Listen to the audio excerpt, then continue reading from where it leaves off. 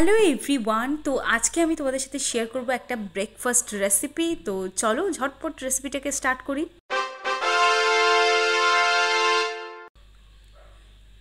তো দেখো, এই রেসিপি তৈরি করতে বেশ কিছুটা ভেজিটেবলের প্রয়োজন এবং ভেজিটেবলগুলো সম্পূর্ণ কিন্তু তোমাদের নিজস্ব, মানে যার যে ভেজিটেবল পছন্দ সেই অনুযায়ী কিন্তু তোমরা এখানে রাখতে পারো। কিছু কিছু অপশনাল উপকরণও এখানে রাখা হয়েছে, সেগুলো আমি রান্নার মাঝে মাঝে তোমাদেরকে দেখিয়ে দেবো এবং বলেও দেবো। যেগুলো না থাকলেও চলে, তো সেই উপকরণগুলো দিয়ে দেবো।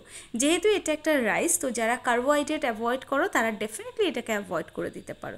বাট যারা সব রকম খাওয়া দাওয়ার খাও তাদের জন্য এই ভিডিওটা, বাচ্চাদের জন্য স্পেশালি। তো ফার্স্টে এই ভিডিওতে বা এই রেসিপিতে যে উপকরণগুলো লাগছে একটা মিডিয়াম সাইজের গাজর, কিছুটা কিউব করে রাখা পনিরের কোনো স্পেশাল সাইজ নেই, তুমি পনিরের বদলে কিন্তু চিকেনও ইউজ করতে পারো এই কিউব করে। এছাড়া ডিম দিয়েও কিন্তু এই রেসিপিটা দারুণ যায়, তোমরা দুভাবেই এটাকে ইউজ করতে পারো। এছাড়া লাগছে বিনস, টমেটো, কিছুটা পেঁয়াজ, এখানে আমি একটাই পেঁয়াজ নিয়েছি, কিছুটা আলু, আর এখানে দিয়েছি কিছু কিশমিশ, কাজু, আর দুটো শুকনো লঙ্কা আর একটা কাঁচা লঙ্কা, দুটো কাঁচা লঙ্কা দিয়েছি। আচ্ছা, এই রেসিপিতে চিনি ইউজ করতে চাইলেও করতে পারো, বাট আমি খুব একটা প্রেফার করি না, তাই ইউজ করলাম না।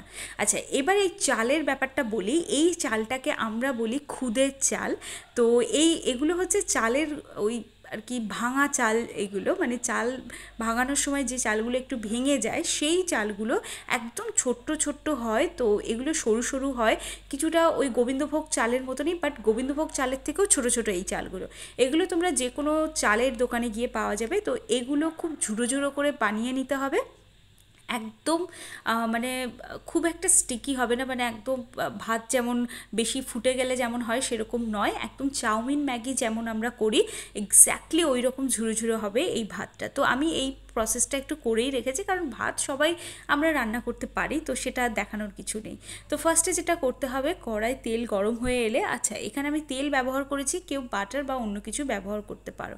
পুরো সাদা তেলে রান্নাটা আমি করছি। তো তেল দিয়েছি, তার সাথে একটু হলুদ আর নুন দিয়ে দিয়েছি, পনিরটাকে একটু হালকা করে ভেজে নেব। তো এখানে পনির অনেকে অনেকভাবেই ভাজে, মানে পনির ভেজে অনেকে গরম জলের মধ্যে দিয়ে দেয়। তো আমি অত কিছু করিনি, আমি ডিরেক্টলি পনির দিয়ে দিয়েছি। আর এখানে পরিমাণ কিন্তু আমার চালের পরিমাণ অনুযায়ী আমি নিয়েছি। পনিরের জায়গায় আবারও বলে দিচ্ছি, চিকেন ইউজ করতে পারো, সেক্ষেত্রেও কিন্তু নুন হলুদ দিয়ে চিকেনটাকে আগে ভেজে নেবে।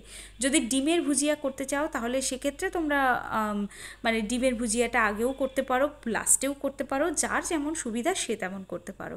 বাচ্চাদের জন্য করলে এটা ভীষণ ভালো একটা ব্রেকফাস্ট হতে পারে, ভীষণ ভালো একটা টিফিনের অপশন হতে পারে। কারণ দুপুরে লাঞ্চ টাইমে ব্রেড ফ্রেড না খাওয়ার থেকে একটু রাইসও খাওয়া হলো, কিন্তু একদম একটা ইউনিক রেসিপি যেটা বাচ্চারাও খুব এনজয় করে খাবে। তো যাই হোক, কিছুক্ষণের মধ্যেই 2-5 মিনিট একটু ভেজে নিলেই হবে, খুব একটা বেশি ভাজার দরকার নেই, তাহলে কড়া হয়ে যাবে। তো এখানে দেখতে পাচ্ছ আমি পনিরগুলোকে তুলে নিয়েছি। তো এবার তুলে নেওয়ার পর যেটা করতে হবে, এই তেলের মধ্যে এক এক করে আলু, গাজর, তো এইগুলোকে তোমাকে দিতে হবে। এবং এই জায়গায় যে যে সবজিগুলো আমি দেবো এখন ইউজ করব, তো তার সাথে কিন্তু নুন হলুদ আমি দিয়ে দেবো। দ্বিতীয় কোনো মশলা কিন্তু এখানে ব্যবহার করব না। দেখতেই পাচ্ছ বিনস দিয়ে দিয়েছি, যেহেতু গরমকাল কড়াইশুঁটি বিনস একটু দাম বেশি হয়ে যায়। তো যাই হোক, যারা খেতে চাও তারা ডেফিনেটলি নিতে পারো। তো এখানে ফ্রেশ নেওয়াটাই বেটার, এছাড়া তোমরা ফ্রোজেনেও নিতে পারো, যেগুলো স্মার্ট বাজার বা স্মার্ট পয়েন্টে পাওয়া যায়। তো কথা বলতে বলতে দেখো আমার সবজিগুলো একদম ফুল তোমাদেরকে ভেজে নিতে হবে, মানে প্রপার কুক করে নিতে হবে। এমন নয় যে হাফ সেদ্ধ করে নিলাম পরে আবার একটু কুক হবে, সেরকম কিন্তু ব্যাপার নয়, একদম কুক করে নেবে তোমরা প্রপার। তো তারপরে সবজিগুলোকে আস্তে আস্তে তুলে নেবে এবং এই তেলের মধ্যেই দুটো শুকনো লঙ্কা দেবে, এটা অপশনাল, দিতেও পারো নাও দিতে পারো। এছাড়া দেখতে পাচ্ছ কাজু কিশমিশ একসাথেই দিয়ে দিয়েছি, কাজু কিশমিশ কেউ না দিতে চাইলেও নাও দিতে পারো। এবার দিয়ে দিচ্ছি পেঁয়াজটা মাস্ট এবং লঙ্কাটা মাস্ট, ঝাল যে যার নিজের পছন্দ অনুযায়ী খেতে পারো। তো এটা দেওয়ার পর একটু কড়ার মধ্যে সাঁতলে নেওয়ার পর তোমরা দেখতে পাচ্ছ দিয়ে দিলাম কাঁচা টমেটো, মানে কাঁচা নয় টমেটোটা মানে টমেটো দিয়ে দিলাম। তো টমেটোটা দিতেও পারো নাও দিতে পারো, তবে দিলে একটু টকটক ভাব আসে, যেটা খেতে কিন্তু ভীষণ সুন্দর লাগে। তো যাই হোক, পেঁয়াজ আর টমেটোটা দিতেই হবে এবং খুব বেশি কুক করা কিন্তু এই সিচুয়েশনে যাবে না। জাস্ট পেঁয়াজের গন্ধটা একটু ছেড়ে দিলেই, মানে একটু কমে গেলে এবং টমেটোটা একটু ভাজা ভাজা হয়ে এলে রাইসটা অ্যাড করে দিতে হবে। আচ্ছা, আমি এখানে ভিডিওতে তোমাদেরকে অল্প রাইসই দেখিয়েছি, কিন্তু রাইসটা কিন্তু অনেকটা ছিল। এবার একে একে যে পনিরটা ভেজে রেখেছিলাম সেই পনিরটা অ্যাড করে দিলাম, তারপর দিলাম সবজিগুলোকে অ্যাড করে। তো এবার যেটাকে করতে হবে, এবার তোমাদের ভালো করে এটাকে মিক্স করতে হবে। এর মধ্যে কিন্তু সমস্ত জিনিসগুলোই আছে, যা যা আমি ভিডিওতে দেখিয়েছিলাম, মানে কি কি উপকরণ ইউজ করতে হবে সেগুলো সবই রয়েছে। তো এবার মানে ধিমে আছে তোমাদেরকে এটাকে মিক্স করতে হবে। এই পজিশনে কিন্তু ঢাকা দেওয়া বা কিছু করা যাবে না, জাস্ট হালকা আঁচে এটাকে মিক্স করে নিতে হবে। নেওয়ার পর দেখবে এক্স্যাক্টলি এরকম একটা চলে আসবে, মানে এটা পোলাও, ভেজ পোলাওয়ের মতো দেখতে। তো তোমরা এভাবেও এর মধ্যে চিনি দিয়ে দিতে পারো, বাট চিনিটা না একটু অ্যাভয়েড করা ভালো। যাদের সুগার আছে তারা তো ডেফিনেটলি নিয়ে খাবে না, তো যাদের নেই তারাও খেও না। তো এই রেডি হয়ে গেছে আমাদের একটা ব্রেকফাস্ট রেসিপি। এটা আমরা তো বাড়িতে বলি খুদের ভাত।